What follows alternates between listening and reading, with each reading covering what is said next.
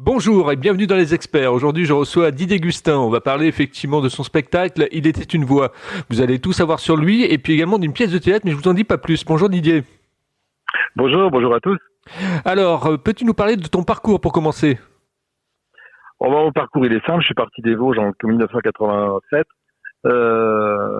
avec des copains. Puis un an après, j'étais au Théâtre de la Ville. Et puis quelques années après à l'Olympia. Puis après la radio, la télé. J'avais mon émission j'ai participé à une émission sur France Inter. Après, j'avais mon émission sur RMC. Après sur Europe 1. Après, j'ai participé à des émissions évidemment beaucoup sur France Inter et RTL aussi.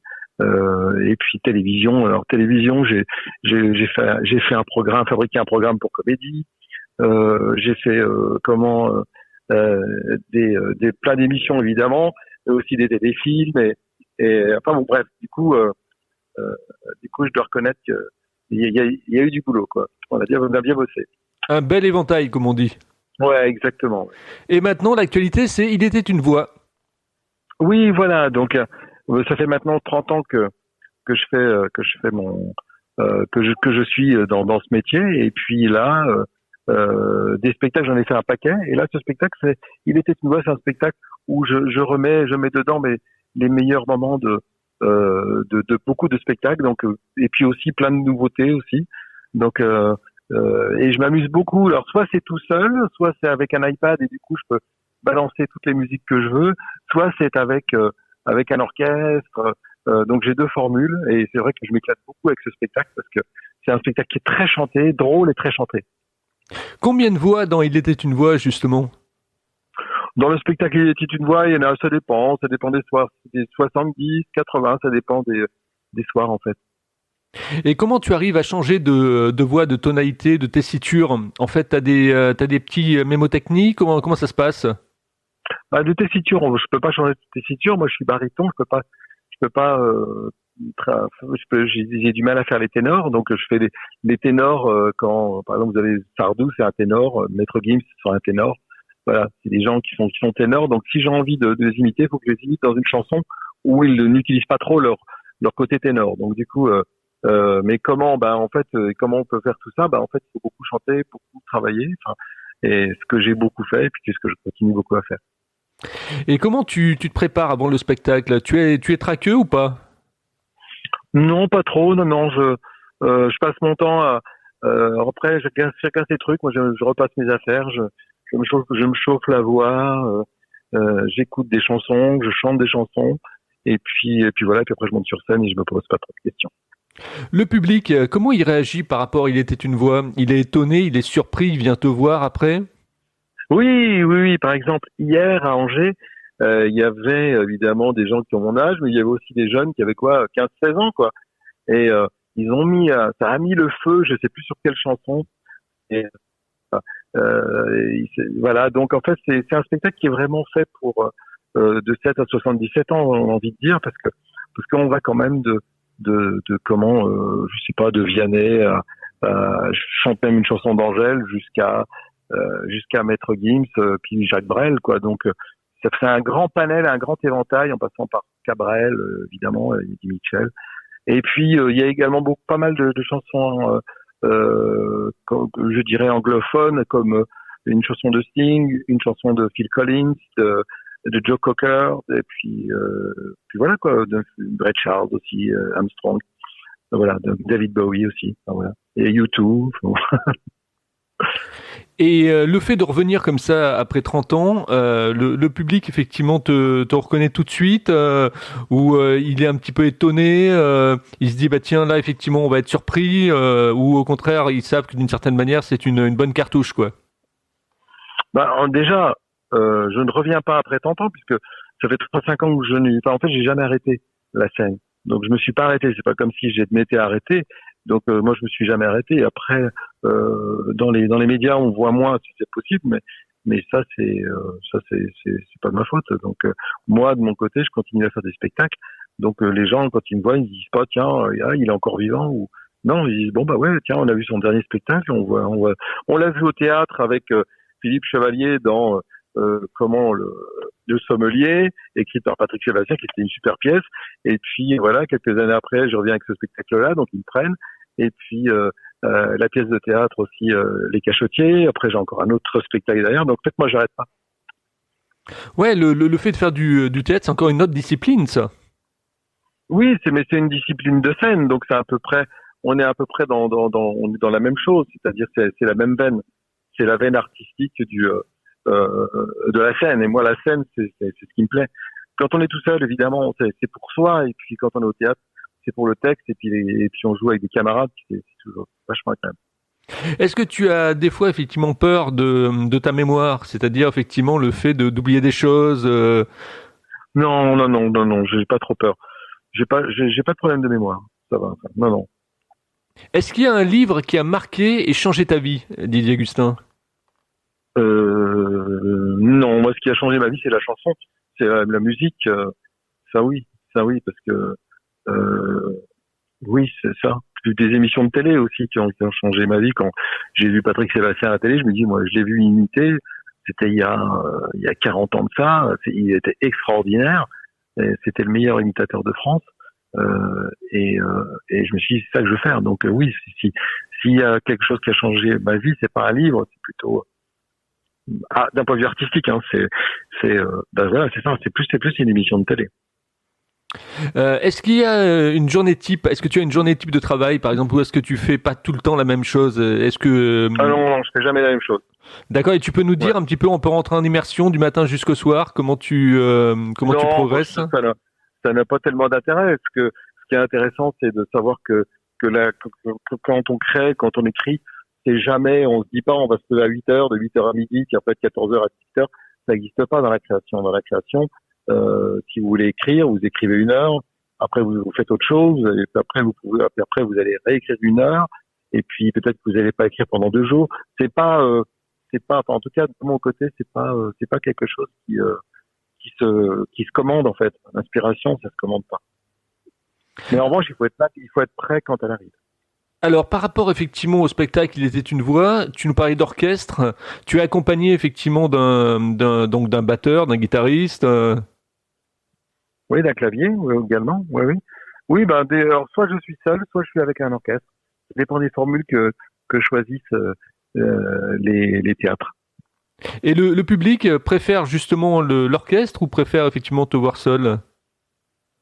C'est différent. C'est complètement différent parce que quand je suis avec un iPad, c'est génial parce que je change le spectacle tous les soirs. C'est différent. Je peux rebondir, faire d'autres trucs. Avec un orchestre, c'est beaucoup plus puissant, mais en même temps, on n'a pas cette liberté de passer d'un morceau à l'autre, en se disant tiens, ce serait bien qu'on chante cette chanson là, ou voilà, il y a pas, c'est un petit peu plus, il y a plus d'inertie. Est-ce qu'il y a un album de musique qui t'a jamais quitté? C'est-à-dire que tu as toujours gardé dans tes bacs? Oui, Electric Light Orchestra. Je sais plus, je connais plus Discovery, je crois que l'album s'appelle Discovery. Ou Neil Young, Harvest. Voilà, des choses comme ça ou David Bowie aussi. Enfin, c'est des albums qui me suivent, ça. Et sinon, comment tu travailles tes personnages, donc tes voix en fait? Je les écoute beaucoup. Faut vachement écouter, en fait. Ouais. Et retenir, regarder les mimiques, les choses comme ça? Ah, ouais. Oui, les mimiques, ça vient après, mais c'est surtout d'abord la voix. D'abord la voix, et ensuite, mais les mimiques, non. Non, c'est les mimiques, ça vient, je dirais, vraiment en dernier. Dans Il était une voix, quels sont les personnages effectivement que tu affectionnes le plus? Alors, les personnages que j'affectionne le plus, je peux pas dire qu'il y en a qui vraiment que j'affectionne particulièrement. Je sais que le public en préfère certains, comme Marc Lavoine, des Indochine, Jean-Claude Van Damme, le Pape, Depardieu. Enfin, voilà, ou Johnny. C'est sûr qu'en ce moment, Johnny, ça marche bien. Et tu as changé les paroles, effectivement, des chansons, ou tu reprends effectivement typiquement les paroles de la chanson? Il y a beaucoup de chansons et beaucoup de chansons qui sont changées, d'autres pas. Ça dépend. Et des fois, les paroles sont marrantes en elles-mêmes. Suffit d'en faire un petit peu la caricature. Donc non, ça dépend. Je dirais ça dépend, mais c'est pas. En tout cas, c'est pas un karaoké. Dans un an, comment tu te projettes? Eh ben, dans un an, je serai avec un nouveau spectacle qui va s'appeler comment je dis, ça va s'appeler, je sais plus d'ailleurs. C'est un spectacle sur Johnny. C'est Johnny libre dans ma tête. Voilà. Ah, un beau titre. Ouais.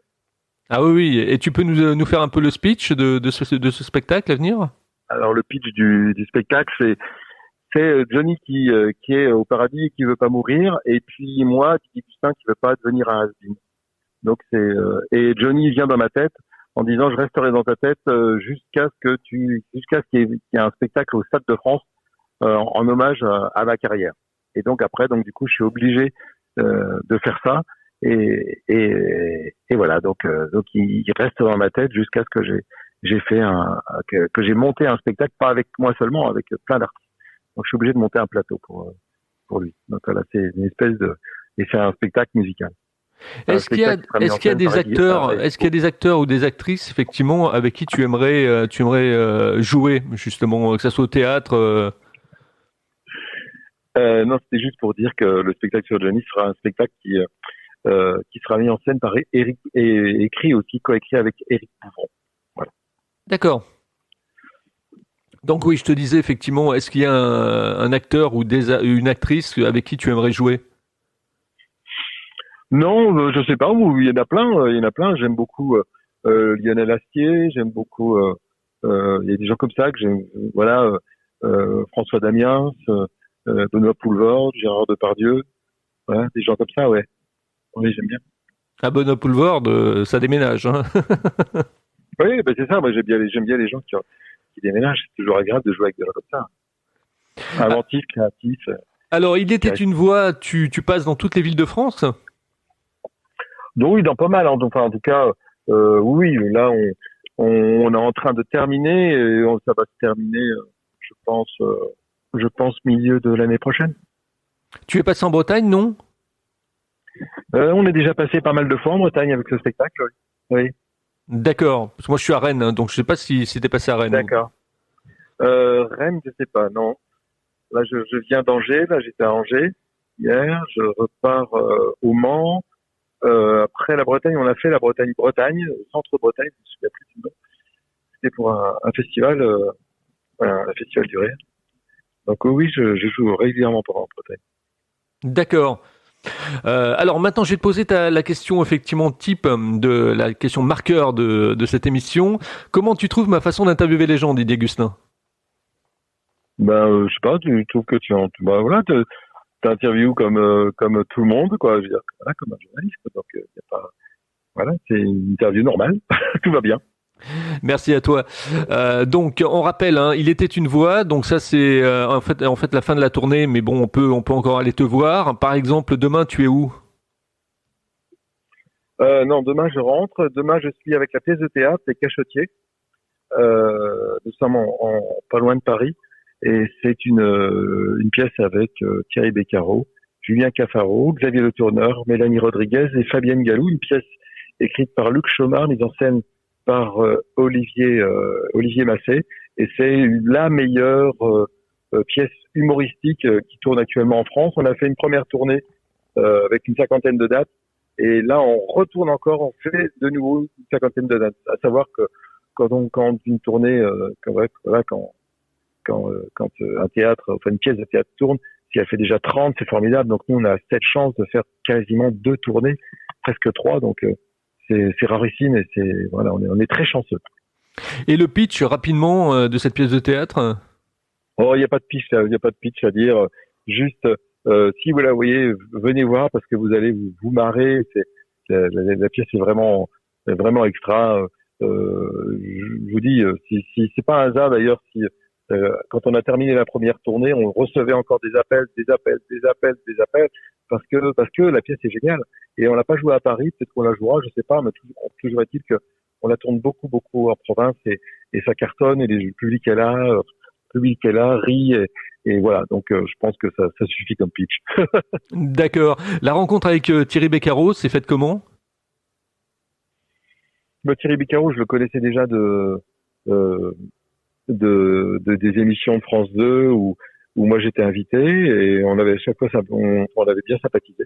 Et donc j'étais ravi de jouer avec lui dans une pièce de théâtre parce que je sais que c'est un beau comédien. Oui, ben c'est clair, moi ça me donne envie d'aller voir aussi, hein.